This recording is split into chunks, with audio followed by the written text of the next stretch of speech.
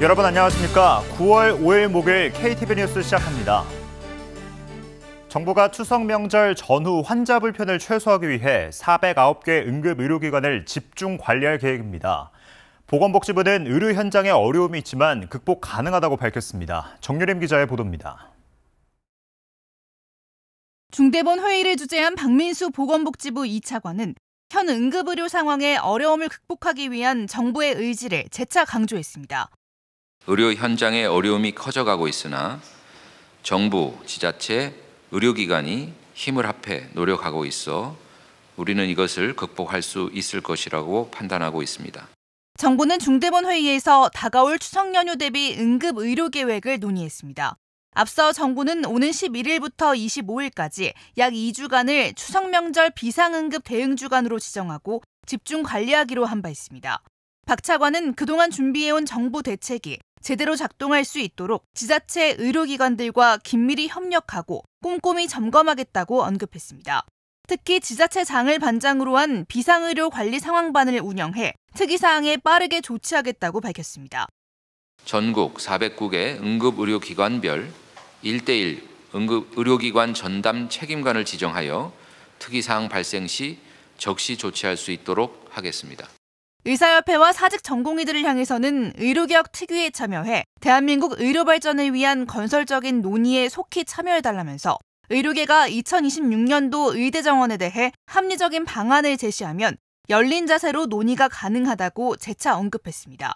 박 차관은 전공의 공백이 장기화하면서 배후 진료가 약화되는 등 어려운 상황을 맞고 있다며 국민들도 중증 응급 환자가 골든타임을 놓치지 않고 치료받을 수 있도록 증상이 경미한 경우 인근 중소병원과 의원을 이용해달라고 협조를 당부했습니다. KTV 정유림입니다. 윤석열 대통령이 어젯밤 경기도의 한 병원 응급실을 찾았습니다. 윤 대통령은 그동안 필수료에 대한 보상이 공정하지 못했다며 제도 개선을 통해 전폭적으로 지원하겠다고 약속했습니다. 최영은 기자의 보도입니다. 밤 9시쯤 경기도 의정부에 위치한 병원 응급실에 윤석열 대통령이 방문했습니다. 의료진을 격려하고 현장 목소리를 듣기 위해 응급실을 찾은 겁니다. 의료진들이 힘들고 고생하는지 제가 좀 현장 점검을 좀 받습니다.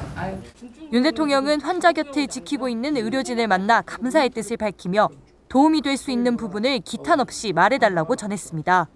전공이 빈자리를 채운 교수들의 피로감이 높아 배후 진료에 차질이 심해지는 등 현장의 어려움을 들은 윤 대통령은 다가오는 추석 명절 연휴를 대비해 필요할 경우 예비비를 편성해서라도 최선을 다해 지원하겠다는 뜻을 밝혔습니다. 특히 응급의료가 필수 의료 중 가장 핵심이며 업무 강도는 높고 의료 사고 위험에 노출돼 있지만 그간 보상은 공정하지 못했다며 안타까움을 전했습니다.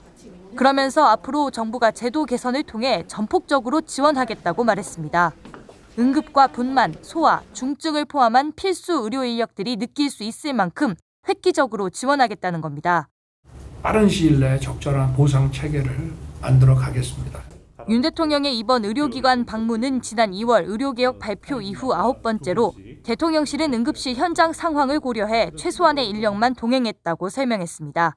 KTV 최영은입니다. 북한이 어젯밤에 이어 오늘 오전에도 대남 쓰레기 풍선을 띄우고 있습니다.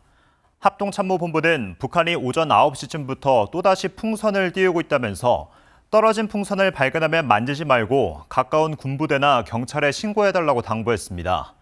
합참은 북한이 어젯밤부터 오늘 새벽까지 420개의 대남 쓰레기 풍선을 띄웠다면서 이 가운데 서울과 경기 북부에서 20여 개의 낙하물이 확인됐다고 전했습니다.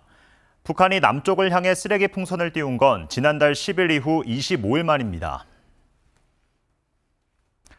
KTV 뉴스를 마칩니다. 저희는 내일도 국정을 한 걸음 더 빠르게 전해드리겠습니다. 함께해 주신 여러분 고맙습니다.